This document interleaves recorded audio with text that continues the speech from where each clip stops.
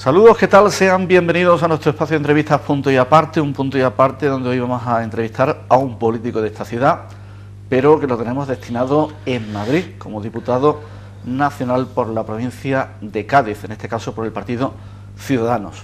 Javier Cano, bienvenido a la televisión. Muchas gracias, encantado de volver aquí a esta casa que siempre me ha tratado tan bien. Después recordaremos tiempos antiguos. Al señor Cano lo conocemos, bueno, de esas plataformas explicando el tema del PEPRI, el tema también después del tranvía, la asociación del casco histórico, ese salto a la política que se dio. Y ahora como diputado nacional yo me gustaría comenzar preguntándole, porque se habla mucho de las intervenciones del señor Cano, de las preguntas que hace allí en el Congreso, del trabajo que realiza, pero claro, desde aquí no tenemos quizá una visión completa de cómo es el trabajo de Javier Cano allí en Madrid, cómo sería un día normal, entre comillas, allí en Madrid. Pues los días allí en Madrid son días trepidantes, desde el momento en que tú pones un pie en Madrid, y sobre todo normalmente nosotros, el Congreso a la semana, siempre hay un pleno que se prolonga desde el martes hasta el jueves, martes por la tarde y miércoles y jueves por la mañana. Entonces todo lo que no sea pleno son comisiones, se van engarzando las comisiones y todo lo que no sea pleno ni comisiones son reuniones, y todo lo que no sean pleno ni comisiones ni reuniones son visitas, actos, presentación de informes como el de los obreros de la vida militar que tuvo lugar este martes o miércoles pasado. Entonces al final te das cuenta que empiezas por la mañana, te levantas a las 6:30, 6 y pico, empiezas a arreglarte, ver prensa, ver redes sociales, ver la actualidad, desembarcas en el Congreso y empiezas a ver papeles, a ordenar, te llegan más comunicaciones, peticiones de citas, reuniones, comisiones, plenos, cuando te das cuenta son las 8:30 de las 9 o 9:30 y dices tú, pues no me da el día para más, ya no me da el día para más, ya necesito parar un poquito y ya mañana será otro día, pero son días trepidantes y muy interesantes.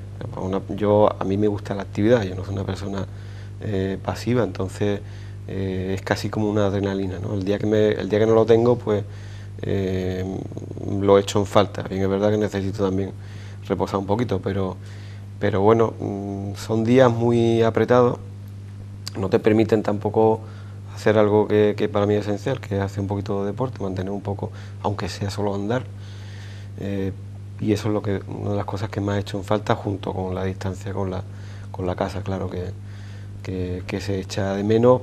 Sobre todo lo que más trabajo te cuesta es arrancar.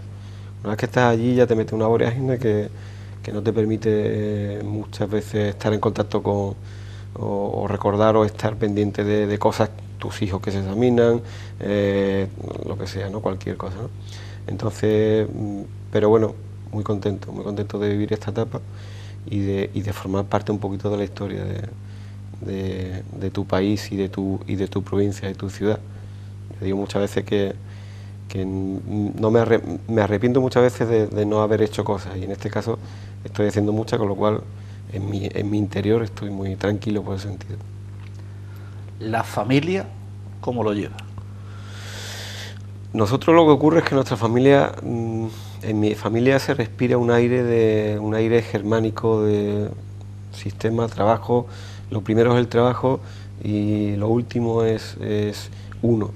En mi casa, siempre, tanto en mi casa de cuando estaba soltero como en mi casa ya de casado y en el ámbito de la familia de mi mujer, siempre el estar un día de baja era algo no aceptado.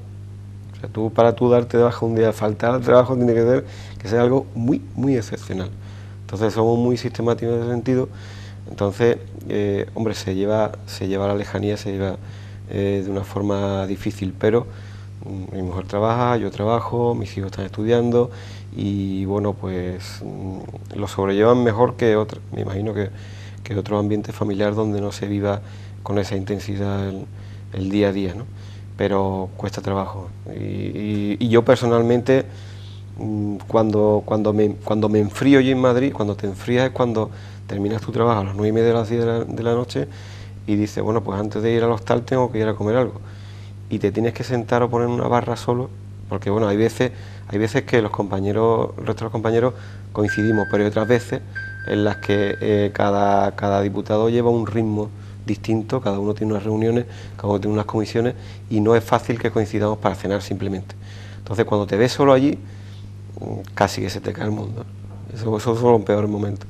Pues te ves solo y lo que te apetece es pues, el calor de una persona conocida, no tienes a la familia allí y son momentos duros. Menos mal que, bueno, tomar una tapa, lo que sea, al hotel, al hostal y ver algo de prensa o de redes sociales y quedarte con el dedo puesto, dormido, encima de la tablet. Ese es el día a día. Lógicamente, está siendo lo que tú esperabas, una aventura apasionante. Hablábamos antes de empezar la entrevista, quién sabe si cuando llegue el momento pues apetecerá optar a continuar, que depende lógicamente después de unas votaciones, de una jornada, o no. Pero volver a la política municipal, que la echas de menos, esa proximidad, ¿lo descartas ya, de aquí al futuro? Yo creo que sí, no por nada, sino porque te metes en una dinámica donde tienes que acostumbrar tu cerebro a trabajar en un ámbito. Y yo ya tengo el mío adaptado a trabajar en el ámbito provincial, en muchísimas materias que incluso exceden de la competencia exclusiva del diputado por la materia. O sea, nosotros somos diputados allí en Madrid por una comisión, o dos comisiones, o tres comisiones, pero aquí en la provincia somos diputados de todas las materias. Entonces, cambiar el ritmo y cambiar esa dinámica mental no es fácil, aparte de que a eso también hay que añadir que yo veo el grupo municipal trabajando muy bien, con el grupo de Maite Más y los otros dos concejales, Francis Regla, que están haciendo muy buen trabajo, y creo que sería una distorsión que yo hiciera un paso hacia atrás. Como siempre dicen todo el mundo, habrá que ver lo que también el partido ve más conveniente, pero bueno, decisiones futuras yo no tengo tomada ninguna, ni siquiera cuál va a ser, si voy a querer seguir o voy a poder seguir en Madrid o no, porque bueno, hay otras cosas que son la familia y tu propia situación personal y bueno, ya va teniendo unos años, pero bueno, en cualquier caso, lo que sí tengo claro es que el trabajo es apasionante. Aquello el trabajo es apasionante. Y yo, bueno, me puede parecer una perogrullada a mucha gente, pero yo soy funcionario del año 91 y vivo mi trabajo como una vocación de servicio público. O sea, yo no entiendo, yo cuando estaba en Diputación, yo era letrado, mi trabajo era servir a la Diputación, los intereses provinciales, pero también servir a los ayuntamientos pequeños. Entonces, para mí era una obsesión que todos los ayuntamientos supieran que tenían a su disposición un abogado en Diputación, gratis. No somos buenos, pero somos gratis. Y hacemos de abogado y de procurador. Entonces, no es que yo quiera quitarle el trabajo a mis compañeros abogados y procuradores. Lo que sí digo es que los ayuntamientos que contratan abogados y procuradores privados los tienen que pagar. Y ese dinero sale de las arcas de los habitantes de ese municipio. Y, hombre, me parece una decisión un tanto desacertada teniendo abogados. Entonces, para mí era una obsesión que todos los ayuntamientos y esa vocación de servicio público.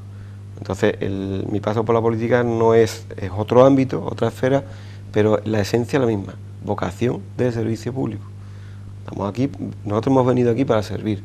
Muchas veces cuando estamos allí en Madrid, cuando estamos reunidos con gente, oye, muchas gracias, pero si es que esta es mi obligación, yo no vengo a Madrid para pasearme, que ya bastante paseo me doy, yo vengo aquí para trabajar por el ámbito mío en el que me muevo, el sectorial que me han asignado, o el ámbito de la provincia, nada más. Temas que seguro has tratado, has preguntado, te has interesado. Un tema que fue, yo creo que el primero, gracias al cual te empezamos a conocer un poquito a nivel de medios de comunicación y empezamos ya a tener una cierta relación. Los polvorines de Fadrica. Bueno, todavía esa rueda de prensa defendiendo los intereses de algunos de los propietarios de algunos de los tramos de terreno de allí. Ese tema, ¿cómo está a fecha de hoy? Yo, que recientemente se ha hecho público un listado de las preguntas que cada uno hace y todo esto, pues periódicamente pregunto por ese tema. Claro, ahora mismo un tema que se desenvuelve en un limbo jurídico no es fácil, no es fácilmente entendible. Hay muchos instrumentos jurídicos de por medio, como esos proyectos de limitación del suelo que hizo el ayuntamiento en su día. Hay un convenio con los reversionistas, hay distintos tipos de reversionistas. Salió una modificación de una ley que permitía la reversión durante un número de años. El que sabía de la ley o el que sabía del proyecto de ley más que de la ley se acogió, el que no lo sabía no se acogió, y en la práctica pues tenemos un limbo ahí que yo creo que, por supuesto, como cualquier tema, es solucionable. Lo que ocurre es que no veo voluntad en las partes de solucionar. Bien, es verdad que todo este tema, yo creo que sobre todo este tema pesa pues la actuación en aquel momento del ayuntamiento, que lo hemos dicho muchísimas veces, la gerencia de infraestructura del ayuntamiento, desde el Ministerio de Defensa, negocia con miles de ayuntamientos en España y ha transferido, permutado, cedido terreno en todo el país con ayuntamientos gobernados por distintos partidos políticos. No ha sido solo, pues en Madrid ha estado el PSOE o el PP, y en cada ayuntamiento había uno de un signo diferente.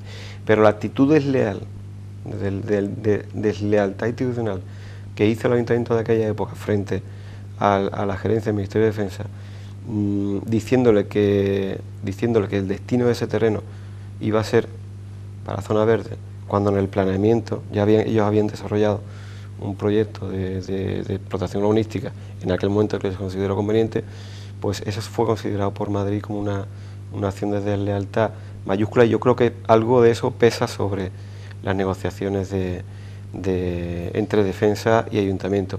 Si a eso lo añadimos que, bueno, en Madrid gobierna el PP, aquí gobierna el PSOE, y estos son dos partidos, ese bipartidismo que solemos decir muchas veces, ¿no? Son partidos clásicos que están abonados a una forma de gestionar los servicios públicos que depende mucho de quién esté enfrente, de qué sentido tenga, pues nos contestamos a todas las preguntas. Desde luego yo le garantizo que si Ciudadanos algún día tuviera alguna capacidad de decisión en esos ámbitos, actuaría de una forma muy diferente, pero radicalmente diferente. La vocación de servicio público, no la vocación de enfrentarse al que está al otro lado porque tiene distintos signos, o de servilismo al que está en el otro lado porque es del mismo signo político. ¿Qué pasa con los militares, con la edad esa trágica de los 45 años, que sobre todo aquí va a ser una sangría impresionante?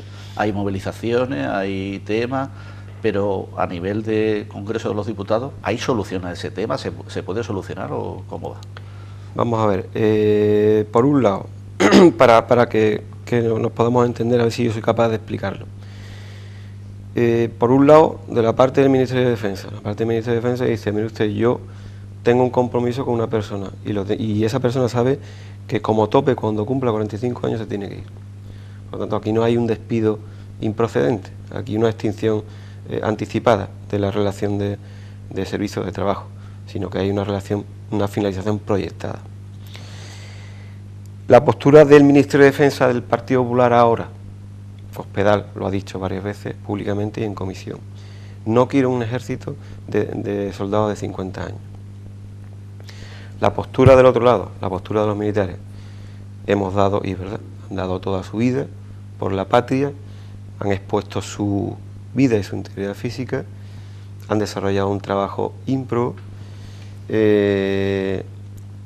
y sobre todo, desde el punto de vista legal, la ley de tropas y minorías obligaba al Ministerio de Defensa a proporcionarle a todos estos soldados y marineros una formación adecuada para poder incorporarse a la vida civil y una homologación de la formación que recibiera para que tuviera su equivalencia en el mundo civil.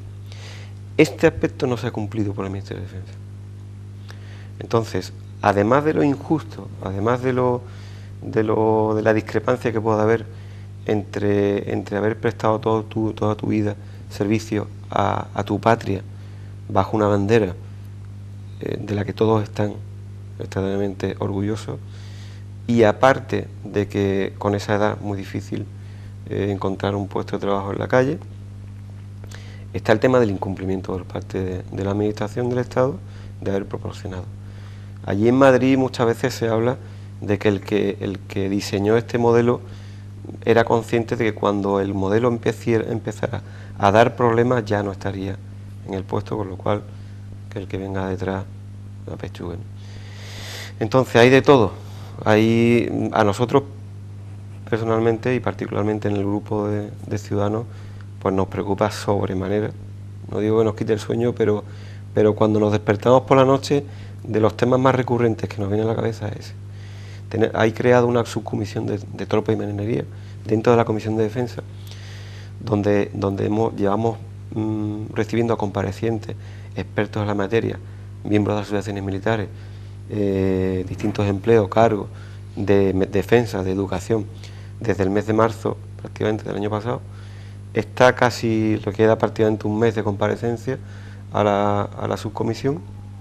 A partir de ahí empezaremos a formular propuestas, pero ya al día de hoy ya hemos planteado cada partido, o debemos haber planteado, porque ese fue el compromiso en el mes de enero como tope, señalar las materias y los puntos sobre los que nos vamos a tener que pronunciar. Y ya luego nos intentaremos poner de acuerdo cada partido, porque hay posiciones antagónicas. Esta es la posición del Partido Popular, que lo ve todo fantástico, frente al partido, por ejemplo, de Podemos, que dice que aquí se tienen que quedar todos. Entre esas posiciones antagónicas, pues habrá que ver cómo llegamos a un acuerdo para establecer un dictamen común de la subcomisión de tropas. Pero es un tema que nos preocupa sobremanera, que supone un coste para el Estado grandísimo, porque cada soldado normalmente, o marinero, normalmente tiene la capacidad, y lo hacen, de acogerse a la figura de reservista de especial disponibilidad, y eso supone pues cobrar una cantidad que son 7.200 euros al año. A ese gasto que tiene el Estado hay que añadirle lo que tiene con los marineros y soldados nuevos, con lo cual el tema presupuestario también es un tema inquietante. La vida civil no tiene un ámbito de pleno empleo como para que la gente diga yo me salgo de la Fuerza Armada y encuentro trabajo. Estamos hablando de una edad muy avanzada. Quizás el nuevo modelo de tropa y marinería no debería contemplar esos periodos prolongados de edad tan avanzada. También hay que distinguir según el empleo. Hay empleos, si tú eres un fusilero o tú eres un infante de marina que está a pie de playa, hombre, a medida que va avanzando la edad, la cosa, como no sea que tengas un destino un poco menos traumático, no es fácil con la edad hacer ese desempeño. La comparación que se pone por parte de los soldados es que la policía y la Guardia Civil pues tienen esa edad y están sí, sirviendo a la patria también, ¿no? Entonces, todo eso es lo que hay que depurar, analizar. ¿Qué ocurre? Que eso va a ser un dictamen, una propuesta que va a hacer la subcomisión de tropas y la comisión de defensa al gobierno, que el gobierno podrá seguirla o no, si lo estima conveniente. Pero bueno, es un tema que nos trae de cabeza, es un tema que nos preocupa muchísimo, porque son muchísimas familias que están pendientes de eso y que tenemos que resolver.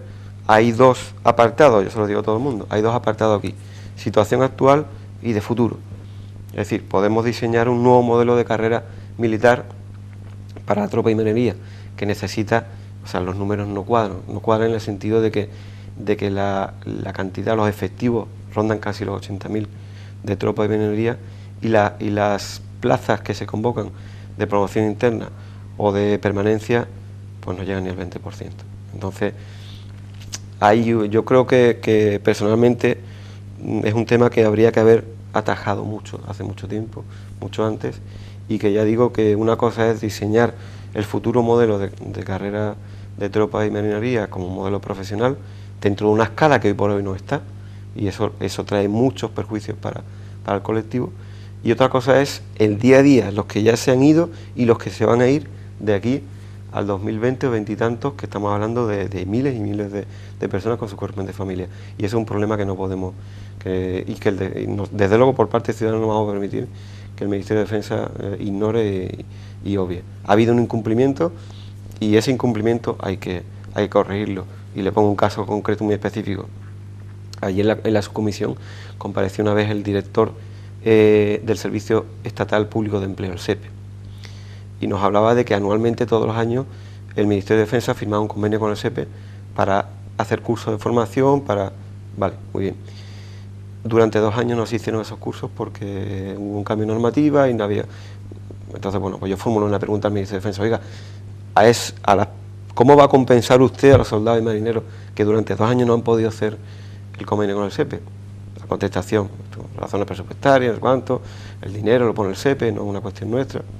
Bueno, pero es que hemos dejado 2 años sin formación a nuestros soldados militares que están dando lo mejor de su vida por nuestra seguridad y por nuestra patria. Seguiremos hablando de ese tema porque es un tema como para hacer un monográfico. Tiene largo recorrido, sin duda alguna tiene largo recorrido. Playa de Camposoto, ese kilómetro y algo que nos queda por recuperar, galería de tiro, ese parece acuerdo de que si le hacemos una galería de tiro al acuartelamiento de Camposoto, dentro del acuartelamiento nos deja libre ese espacio, la oferta de defensa de unos terrenos que podría liberar, pero el ayuntamiento quiere otros más cerca a pie de playa. Me imagino que de todo eso se está hablando con defensa, con distintos organismos allí en el Congreso. ¿Qué visión tiene Ciudadanos de todo este asunto? Vamos a ver, por un lado, diariamente en todo el país hay situaciones de este tipo orientadas de distintos ámbitos. Me explico. Muchas veces vienen iniciativas a la Comisión de Defensa donde un partido propone que no cierren una instalación militar. Nosotros, por ejemplo. Por ejemplo. Otras veces la propuesta es en sentido contrario, que lo cierren por favor, o que lo trasladen. San Sebastián, tema de que no quieren que lo cierren, Huesca, nosotros mismos con el CEFOS, ¿no? Entonces es un tema que está vivo allí en la Comisión de Defensa y más estará, me imagino, en el Ministerio de Defensa. Ciudadanos, ¿cómo ve el tema? Ciudadanos primero tiene un compromiso, lo primero con la seguridad nacional. Eso nos pasa, por ejemplo, con el tema de la Sierra del Retín. La Sierra del Retín, en Barbate, es la única instalación prácticamente oficial que utiliza la Infantería Marina para sus entrenamientos y la OTAN y todo esto. Primero seguridad nacional, pero también es verdad que hay municipios como San Fernando y Barbate que tienen su término municipal ocupado en buena medida por servidumbres públicas, legales, defensa, naturales, etcétera. Entonces, a esos municipios hay que compensarlo de alguna forma. En la medida en que una instalación militar le vaya sobrando, entre comillas, por decirlo de una forma le vaya sobrando terreno, no tiene sentido que siga conservando esos terrenos en manos de su titularidad. Titularidad. Volvemos siempre al concepto de servicio público. Yo es que tengo una formación de derecho y de administrativista y para mí el servicio público es fundamental. Entonces, el interés público. ¿Le interesa ahora mismo a Defensa tener el tramo de tiro, otros terrenos más, o no le interesa? Si no le interesa, lo suyo sería que lo desafectara. Yo he formulado 1 o 2 preguntas por el tema de la galería del campo de tiro y me han dicho que por hoy sigue siendo una necesidad para el Ministerio de Defensa. Que sea factible reconvenir o reconvertir esa zona de tiro dentro del acuartelamiento de Camposoto. Yo una de las preguntas que le hacía al Ministerio de Defensa era si no podían utilizar la galería de tiro que había hecho Armada allí en el esto, y no parecía que fuera muy accesible. Entonces la medida, nuestra postura ¿cuál es? Primero, ya digo, seguridad nacional. Si no es necesario para la seguridad nacional, lo suyo es que pase a manos a otras manos, en este caso de titularidad municipal o de acceso a los habitantes de esa población. Volvemos a lo de siempre, tema del bipartidismo, esta forma de actuar clásica de partidos. Cuando el PSOE ha gobernado en Madrid, pues ha recibido piedra del PP desde aquí. Cambiamos el tema, cuando es el PSOE el PP el que gobierna en Madrid, las piedras se las tiran los del PSOE de aquí. Y viceversa del otro lado. Si yo a los míos no le puedo tirar piedra, qué bien lo hace, que no. No, señores, vamos a ponernos en la mentalidad de los servicios que estamos, de los intereses que estamos defendiendo en cada momento. O sea, yo soy el alcalde del mismo sentido político que el que está en Madrid, y yo me tengo que ir a Madrid a pelearme con ese ministerio o ese ministro para conseguir para mi pueblo. Entonces, desde Ciudadanos tenemos una línea completamente diferente a esa forma de actuar y vemos las cosas desde el punto de vista de la utilidad, porque para nosotros estar en política es ser útiles, porque si no somos útiles, aquí estamos de más. Entonces, ya digo, respecto de Camposoto, lo primero, el cuartelamiento de Camposoto, donde está el CEFOT, Centro de Formación de Tropas, y el RACTAN. Primero, seguridad nacional. En el momento que no sea necesario para la seguridad nacional y pueda ser desafectado, estamos perdiendo tiempo ya. Otra cosa es que, bueno, los distintos errores que se han cometido a lo largo del año, de la historia aquí en San Fernando, por parte de la autoridad local también, cuando Defensa le ha ofrecido algo, recuerdo, creo que era Antonio Moreno, que le ofrecieron un número de miles de metros, y dijo que eso era una insignificante, que ni lo iba a contestar. Posiciones de altanería y similares no conducen a nada bueno. Hay que implicarse pero toda la vida no es dar la batalla al de Madrid porque no es de mi signo político o alabarlo porque es del mismo, ¿no? Sino es buscar el interés público, interés prioritario, seguridad nacional, defensa nacional. En el momento en que sea compatible, porque esa zona de campo de tiro sea fácilmente albergable dentro de las instalaciones militares, pues es cuestión de llegar a un acuerdo, un convenio. Si es que es tan fácil como sentarse, hablar y no levantarse hasta que se llegue a un acuerdo. Sitio histórico Puente Zuazo. El Puente Zuazo, que se nos va a caer, antes me da la impresión de que lo arregle el gobierno central. Tenemos baterías defensivas también destrozadas, el Real Canero que se terminó pero que no se terminó de recepcionar por el Ayuntamiento de Puerto Real, vandalismo, etcétera. Lógicamente es una inversión muy grande, sería una inversión millonaria de muchos años, etcétera, etcétera, pero claro, venimos hablando de hace ya muchos años de la posibilidad, también se habló en su momento para el bicentenario del 10, etcétera, etcétera. De este tema se habla en Madrid, todo se aboga al 1,5% cultural, o este tema realmente hay posibilidad de que se le pueda meter mano. Cuando estamos hablando de una inversión pública, lo mínimo que tenemos que hacer es rentabilizarla, evidentemente. Y rentabilizarla no es solo terminarla, es mantener lo que ya se ha hecho. ¿Qué ocurre? Yo he formulado también preguntas, me llamarán preguntón, pero yo pregunto todo lo que concierne a la provincia. Y lo he preguntado y me han contestado siempre que la parte que está ejecutada ya corresponde al Ayuntamiento de Puerto Real y que el encargado de conservación es el Ayuntamiento de Puerto Real. A mí lo que me llama la atención es que inventándose tantas cosas a nivel político como se inventan, no haya sido posible formar un consorcio, un observatorio, una entidad que aglutine a todas las administraciones que están implicadas, Ayuntamiento de San Fernando, Ayuntamiento de Puerto Real, Ministerio de Defensa, Ministerio de Fomento, y sean capaces de llegar a una solución. Pero todo eso pasa por sentarse a dialogar, ir a Madrid y decir, señores, tenemos esta situación, vamos a dejarnos de nuestros colores políticos y vamos a hablar del dinero público, el dinero que sale de todos los españoles y sale de nuestros impuestos. Y tenemos que rentabilizar esa inversión. Entonces vamos a llegar a un acuerdo porque es beneficioso para todos. Porque siempre el Ministerio de Defensa, el Ministerio en este caso de Fomento, o del que haya puesto el dinero si es que ha habido otro tipo de intervenciones, siempre podrá rentabilizar y decir, esto se ha hecho con mis fondos. Y el Ayuntamiento de Puerto Real o de San Fernando siempre puede decir, esto lo gestiono yo. Entonces, entre todos, estamos muy orgullosos de nuestras baterías defensivas y de nuestras instalaciones que en su día sirvieron para parar precisamente el avance de las tropas napoleónicas, en algo que me llama mucho la atención, y esta semana lo escuchaba en una de las conferencias del Estado Autonómico, cuando ponían como ejemplo la Constitución de Cádiz 1812, que se empezó a gestar aquí en el año 1810, y sobre todo porque eran tropas francesas que estaban intentando invadir un territorio, como era San Fernando, que estaba empezando a elaborar una constitución liberal donde se recogían los principios de la Revolución Francesa. Digo, bueno, ¿esto qué sentido tiene, no? Que nos está intentando invadir los franceses para en un terreno que lo que estamos intentando es acoger sus propios principios liberales.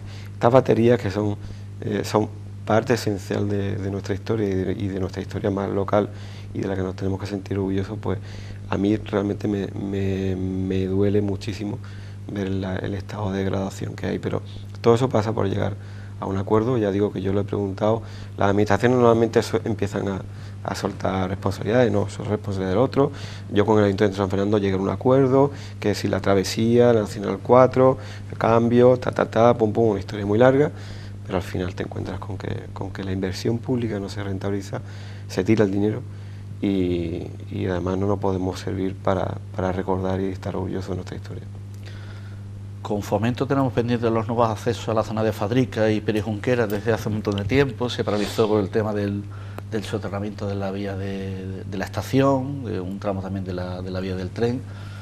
Es un proyecto fundamental que también ha pasado de manos del PSOE al PP, un proceso administrativo de los que a usted le gusta, de un montón de papeles para arriba y para abajo, un montón de jaleo, que yo sé que a usted le gusta escarbar ese tipo de cosas, pero el tema sigue sin que tengamos muchas noticias.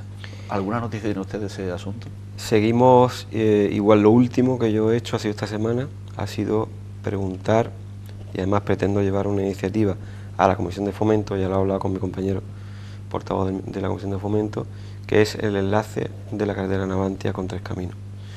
También es importante, tenemos el acceso a Fábrica, tenemos también el tema de los ruidos que hay de la carretera, los vecinos de la barriada de Carlos III y del Boquete. Por parte de la Junta de Andalucía tenemos el acceso por ahí detrás en la Ardila, que es un tema que era complementario a la obra del tranvía y aquí nada más se supo. Y ya digo, lo último que he preguntado ha sido el tema del acceso a Navantia, porque eso supondría un ahorro en los costes de Navantia casi del 15%. Serviría para Navantia, serviría para la Armada, sacar todo el contingente que tenemos ahí de Infantería Marina, serviría para el Hospital de San Carlos, serviría para desatascar los tapones que se forman todos los días a las 2 de la tarde. Si algún día tiene que salir una ambulancia por ahí, pues no me lo quiero ni imaginar. Entonces le he formulado esta semana una pregunta al Ministerio de Fomento, porque ahí existe ya una carretera más grande todavía de la que necesita Navantia, casi de 1 kilómetro, utilizada por Renfe, por Adif, para su infraestructura. El problema que, después de hablar con mucha gente, y me lo transmitían el otro día los sindicatos el viernes pasado en Navantia, que hay muchísimas administraciones implicadas. Está Diputación, está Ayuntamiento de San Fernando, de Puerto Real, porque afecta al polígono de Tres Caminos, está el Ministerio de Fomento y está el Ministerio de Defensa. Entonces, volvemos a lo de siempre. Vamos a sentarnos, vamos a ver cómo pagamos esto. Diputación ya ha dicho que se haría cargo de la conservación, del mantenimiento. Diputación, al parecer, tiene, que lo tengo previsto de pedir, un proyecto ya diseñado. Entonces, esta semana lo que he hecho es preguntarle al Ministerio de Fomento sobre eso, hasta el día de hoy, qué se ha hecho. Porque ha habido muchas noticias. Cuando un representante de aquí local fue a Madrid, llegó allí y se encontró que no había ningún papel. El Ministerio de Fomento se comprometía a colaborar, pero no a financiar exclusivamente. Me imagino que todo será un problema de dinero, pero que será solucionable sobre todo por la cantidad de beneficios que va a llevar, tanto para Navantia, desde el punto de vista de los costes, para la Armada, Carracas y Infantería Marina, el Hospital de San Carlos, San Fernando, la Junta de... En definitiva, muchas personas beneficiadas con un solo proyecto. Entonces, si afecta a muchas administraciones, vamos a sentarnos, vamos a hablarlo. Entonces, ya digo, esta semana he hecho esa pregunta y la semana que viene, o la siguiente, quiero presentar, que no es una comisión mía, pero he hablado con mi compañero y lo ha visto bien. Vamos a presentar una iniciativa para emplazar a las partes a que se haga un proyecto, siquiera codirigido por el Ministerio de Fomento, que al fin y al cabo creo que es la administración que más tiene que decir en este tema, pero sí ponerlo en marcha. Ya veremos a ver en qué queda. No le voy a pedir que me traiga el contrato de Arabia Saudí, no le voy a dar esa responsabilidad todavía, pero lógicamente, ya que sacamos el tema de Navantia, sé que se está luchando por el tema de también que Defensa siga encargando buques de acción marítima, más programas van, que no se vayan muy para arriba, que alguno se quede por aquí. Me imagino que en ese toma y daca con defensa ese tema se estará tratando, ¿no? Se está tratando y además un tema recurrente diariamente. O sea, yo personalmente como isleño, como gaditano, no digo ni como ciudadano, ni como diputado, ni como nada, yo veo que hay un desequilibrio ante la carga de trabajo. Será que las condiciones lo conducen así, pero bueno, hoy por hoy los dos últimos van que se han hecho, uno se ha encargado a Ferrol y otro se ha encargado a San Fernando, pero a renglón seguido se han hecho o se han encargado dos back. El BAN, recuerdo, este que está saliendo en la tele, es un buque de acción marítima que tiene una gran proyección, tiene una versatilidad muy grande. Yo estuve el viernes pasado visitando el que se está terminando de construir en Navantia, y un buque con una versatilidad impresionante. Pero un BAC, que es un buque de aprovisionamiento de combate, es el doble prácticamente de tamaño de un BAC. Bueno, pues igual que nos hemos repartido entre San Fernando y Ferrol un BAC cada uno, sin embargo, ahora la Armada está construyendo, Navantia está construyendo dos BAC, y los dos BAC se han ido a Ferrol. A mí es una cosa que no me cuadra. Lo pregunté hice una pregunta también, por supuesto, y me contestaron que bueno, que los planes de la organización, que eso es lo que conduce así, ¿no? ¿Qué ocurre? Bien, es verdad, la Armada ha manifestado su intención de construir un BAM de rescate submarino, todo esto, ¿no? Investigaciones subacuáticas, y al parecer ha abierto la posibilidad de abrir una licitación pública al mercado. Claro, eso a Navantia es un puñal, ¿no? Yo creo que aparte de todo lo que sea la capacidad, la competencia, la libre competencia, lo cierto es que hoy por hoy no hay ninguna empresa como Navantia capacitada para hacer ese tipo de barcos, de buques, a ese nivel. Porque bueno, yo es que me gustaría que todo el mundo pasara por Navantia y viera la capacidad industrial que tenemos aquí en San Fernando. Luego, el empleo para nosotros es fundamental, no tenemos mano de obra. Entonces, el contrato de Arabia se está convirtiendo ya como algo que, si llega, va a suponer garantía de trabajo durante mucho tiempo, y si no llega, pues nos va a suponer un problema muy grande. En Navantia se está trabajando ya desde hace mucho tiempo ya sobre la base de ese encargo. Pero claro, va a llegar un momento que, si el contrato sigue retrasándose, pues habrá que parar máquinas, porque no se puede seguir invirtiendo en algo que no sabe si va a llegar. Pero ya digo, para nosotros eso es esencial, y reclamamos siempre allí en Madrid, del Ministerio de Defensa y del Gobierno, que haga todo lo que esté en su mano y más por firmar ese contrato. A mí es verdad que Navantia, ya digo, tiene una proyección muy grande, tiene posibles futuros encargos, tanto de la India recientemente, con dos buques de asalto anfibio parecido al Juan Carlos I o al Galicia, que son buques de proyección estratégica. Tenemos también posibilidades de trabajar con Australia, con Canadá, incluso con Estados Unidos. Pero bueno, en muchos de esos contratos son proyectos de Navantia, pero para hacerlos allí. Entonces, nosotros lo que queremos es mano de obra aquí y trabajo aquí. Bien. Entonces, las corbetas de Arabia, pues fundamental que se firme ya. Yo sé que por parte del Estado se está haciendo todos los esfuerzos posibles, pero estamos hablando de una cuestión que afecta a un ámbito internacional, que hay muchos intereses en juego, que hay muchos países también con intereses por hacer ese trabajo, pero yo estoy convencido de que el resultado que tendría, en este caso para Arabia Saudí, el trabajo que le haría Navantia, no lo va a obtener en ningún sitio. Desde el punto de vista político, ¿qué ocurre? Pues que desgraciadamente no siempre tenemos la unidad que hace falta, y que desde Ciudadanos reclamamos un día sí o no, y el de medio también, y es unidad de acción política. Allí en Madrid muchas veces, partidos como Podemos, pues Arabia Saudí, que si los derechos, que si no cuánto, y claro, cuando trasladamos ese discurso aquí, pues es un discurso más local y ya la situación cambia, ¿no? Pero es fundamental la unidad de acción política, que es una cosa que reclamamos siempre desde Ciudadanos y que a veces no siempre se consigue. tranvía. Nada más que te digo eso. Tren tranvía. Y efectivamente, no es un tranvía, es un tren de cercanía. ¿Qué me cuentas? Bueno, el tren tranvía, como siempre muchas veces solemos decir, cuando algo se hace mal, cuando algo no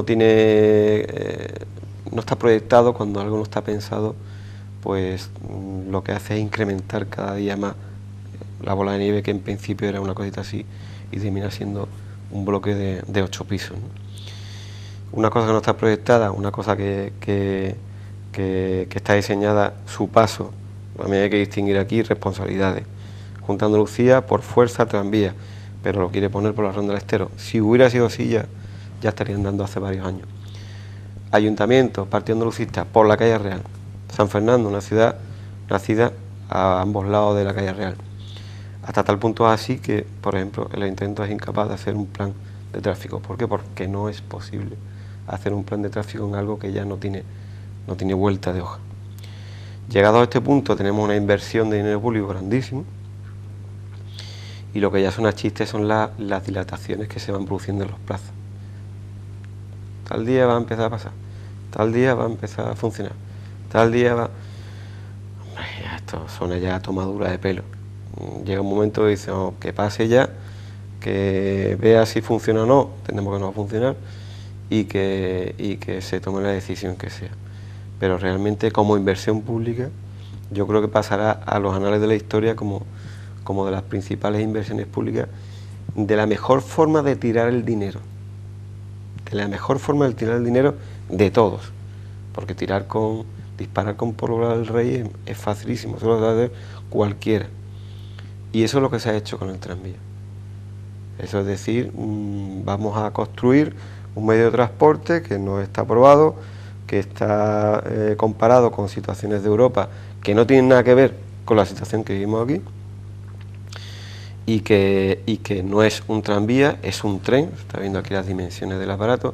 Esto lleva aparejado también una serie de consecuencias para los edificios colindantes, que nadie se ha preocupado por parte de los promotores del tranvía en ver si se afecta a los edificios, y se afecta porque provoca una serie de vibraciones muy grandes, y cuanto más grande es el tamaño del vagón, más vibraciones se producen. Si tú pasas por aquí, por la calle Real, un tranvía chiquitito como los que hay al uso, pues no vibrará ni la mitad de lo que vibra con este mamotreto. Pero claro, había que conectarlo con la vía del tren, y si tú cruzas un tranvía con un tren de cercanía, lo lanzas al exterior, ¿no? Entonces había que construir ex profeso un vagón que es un vagón de un tren de cercanía en medio de la calle Real. Desde el punto de vista social, yo no me quiero ni imaginar el tiempo que nos va a llevar a nosotros a acostumbrarnos. Una de las cosas que a mí me decían era que el espacio iba a ser mucho más ancho para transitar peatonalmente. Bueno, yo a todo el mundo que me decía eso, yo le decía, póngase usted en la acera y vea usted que en la acera hay unas delimitaciones de unas losas que te marcan el tope de esto. Bueno, pues este trozo que te queda hasta la pared, en muchos sitios es más pequeño que el que había antes. Es que no se pueden tomar decisiones de esta forma. Se ha intentado confundir a la población con el tema de la peatonalización. Y es que la calle Real no es peatonal, no va a ser peatonal, lo es ahora circunstancialmente porque todavía está entrando en funcionamiento el tranvía, pero el día que entre en funcionamiento va a quedar más pequeño que en muchos zonas. Entonces, era una cosa que yo veía y digo, bueno, estos argumentos que no se sostienen, ¿cómo es que nadie? Cuando convocamos 2 manifestaciones del tranvía, que vinieron 200 o 200 y pico de personas, yo pensaba, digo, bueno, aquí todo el mundo le da igual lo que ocurra. Ahora hay mucha gente que no fue a esa manifestación, por supuesto, y que protesta, que tranvía. ¿Qué le digo? ¿Que dónde estaba usted el día de la manifestación? Entonces, el otro día en Madrid, ayer me pasaba también, en Madrid, el Ayuntamiento, el Gobierno de Carmena, pues ya ha quitado de la Gran Vía, ha quitado 2 carriles. Por esos carriles ahora mismo no va nadie andando, y lo he visto yo esta semana, no va nadie. Entonces, ¿por qué nos empeñamos en disfrazar determinados proyectos como lo que no son, como es el tranvía con la peatonalización? ¿O por qué nos empeñamos en adoptar soluciones inmutables? En todo el mundo hay ciudades donde las partes más céntricas, cuando llega el fin de semana, o zonas tiempos de mayor comercio se peatonaliza. Se peatonaliza por la tarde o se peatonaliza el fin de semana. Aquí lo tenemos que hacer todo inmutable. Se peatonaliza, en vez de 200 metros, 2 kilómetros de calle real, toda la calle real. Que además de forma inmutable. En Madrid se quitan 2 carriles. Pero, bueno, si es que sobra espacio en la acera, la gente no coge por esos carriles. Hombre, que llegan Navidades, pues mire usted, los 20 días de campaña de Navidad, quitamos 2 carriles. Oiga, conductores, sepan ustedes que durante 20 días de Navidad, porque la gente no cabe en la acera y hay que ocupar la vía pública. Pero ¿por qué nos empeñamos en tomar decisiones de ese tipo? Me llama la atención, estamos viendo imágenes tuyas como presidente de la Asociación del Casco Histórico. A mí también me llama la atención por las canas. está hecho un chaval ahí. Dos temas por los que prácticamente te das a conocer. No pretendía, lógicamente, ni el ser famoso ni nada, pero socialmente te das a conocer por 2 temas. Primero, el Peprich. Es cierto que antes habíamos hablado de los polvorines, pero el Peprich fue asambleas multitudinarias, se crea el casco histórico, etcétera. Y después el tema del tranvía. ¿Compatible un plan de protección del casco histórico con un tren tranvía por la calle Real? ¿Compatible las dos cosas? Es que aquí lo del Peprich es otra de las grandes tomaduras de pelo que ha habido en San Fernando. O sea, no había... La finalidad del Peprich no era proteger un casco histórico, porque entre otras cosas aquí no hay un conjunto histórico. Aquí hay 3 o 4 edificios con un interés susceptible de protección, pero para de contar, ahí no hay nada más. Se hace el conjunto histórico porque interesaba llevar densidad de vivienda de un lado a otro, la zona de la Torre de la Cacería, y se declaran ilegales pues muchas viviendas nuevas de estos pisos, ¿no? Paralelamente, todo conjunto y todo Peprich y todo plan especial de reforma de conjunto histórico lleva aparejado un catálogo de bienes de casas antiguas. El primer catálogo que se hace por un estudio de arquitecto pues arroja un saldo de unas 200 y pico de viviendas. Y para hacer un Peprich había que catalogar 1000 y pico. ¿Qué se hace? El ayuntamiento. Otro estudio, necesito 1000 casas catalogadas. Pues venga, a catalogar lo que no hay que catalogar. Entonces, ¿qué ocurre? Que eso te lleva al final, a la postre, cuando empieza el Peprich.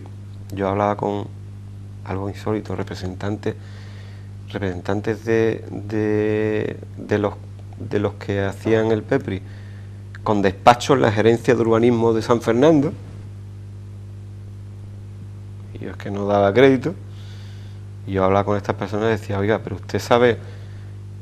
¿Usted cómo cree que un edificio alto, que es legal, que usted ahora lo declaran ilegal, lo van a abocar usted a su desaparición? No van a poder hacer obras de mantenimiento, van a tener que cambiar toda la carpintería. Pero usted, ¿eso quién lo va a pagar? Pues se lo tendrán que pagar los propietarios. Pero bueno, ¿hay alguna otra forma más grande de atropello por parte de una administración o un ciudadano que esta? En la práctica, ¿qué ocurre? Que el tiempo va poniendo a cada uno en su sitio y se van viendo que muchas de las decisiones que se tomaron con el Peprich hay que cambiarlas, porque no estaban ni diseñadas, ni planeadas, ni sobre todo algo en lo que yo creo que debe ser el principio rector de cualquier actuación a nivel político, el interés general. Pero ¿usted qué clase de interés está protegiendo ahí? Usted está machacando el interés general. Usted está desapoderando o despatrimonializando a la gente. Lo está usted llevando a un callejón sin salida. Está usted obligándole a la gente a que tenga que renunciar a sus propiedades. ¿Eso es la labor de un político? Pues si eso es así, yo creo que me he equivocado de planeta aún. Entonces, no es compatible. Pero, ¿qué ocurre con el tranvía? Lo que hablábamos antes. ¿Por qué se pone un tranvía? ¿Lo ha pedido alguien? No lo ha pedido alguien. ¿Necesitamos para comunicación? Sepa, no. ¿Tenemos un casco histórico de protección? Pues no. ¿Lleva aparejado el tranvía un montón de medidas complementarias, públicas, que se han llevado a cabo? No. ¿Soterramientos de los contenedores se han hecho? No. Pero aquí es que es muy fácil vender. Vamos a hacer. Esto lo intentó aquí de San Fernando. Ha sido todo tradicionalmente, toda la vida de Dios, vamos a hacer, esto va a ser, esto va... Y detrás de esas palabras no hay nada. Eso es un edificio vacío que se cae inmediatamente. Entonces, es una de las cosas por las que muchas veces digo, bueno, ¿por qué hago yo en política? Si yo estaba tan tranquilo en mi casa con mi trabajo, o mi trabajo y mi familia. Pues que reacciones ante agresiones como la del Pepprich y la del tranvía y 40.000 más, ¿no? Y una de dos, o te vas a vivir fuera, o vas a agachar la cabeza, y yo desgraciadamente no soy de los que va a agachar la cabeza. Y tampoco me podía o me quería ir, tenía una situación personal y familiar que no me podía permitir el lujo de irme a otra ciudad, ¿no? Entonces dice, bueno, o agacho la cabeza, o protesto, o peleo, o trabajo. Y opté por esa. A lo mejor me equivoqué, ¿no? Pero esa fue la que hice. Javier Cano, muchas gracias por este ratito. Nos ha permitido ver la actualidad del Javier Cano, diputado nacional, también recordar la época de concejal y también esos inicios con esas asambleas, insisto, multitudinarias, hablando del tema del Pepprich y también con esa asociación del casco histórico. Muchas gracias y seguimos en contacto. Gracias a vosotros, y nos ha quedado muchas cosas que hablar. Muchísimas cosas que hablar y muchas cosas en el tintero, porque la actualidad diaria, política, y local y nacional da como para mucho, y yo me siento un privilegiado por estar en Madrid. Me siento privilegiado y estoy orgulloso de representar a mi provincia y mi tierra ahí en Madrid, y de llevar la palabra y la provincia de Cádiz ahí en Madrid. Yo creo que eso es una de las cosas que más orgulloso tiene que sentir una persona. Entonces, es una etapa dura, difícil, se trabaja mucho, pero apasionante, y eso genera muchas cosas que contar. Y yo quiero trasladarle a todo el mundo lo que se vive en Madrid, cómo se respira, cómo se trabaja, qué se habla de Cádiz en Madrid, y por eso creo que próximamente volveremos a vernos otra vez aquí. Eso para está seguir contando apuntado cosas desde este momento. Queda pendiente pues algún temita más que hablemos. Muchas gracias a vosotros. Pues hasta aquí llega esta entrevista, este punto y aparte, donde hemos hablado un poquito con el diputado nacional Javier Cano, diputado nacional por Cádiz del Partido Ciudadanos, acerca de distintos temas de la actualidad. Muchas gracias a todos por su atención.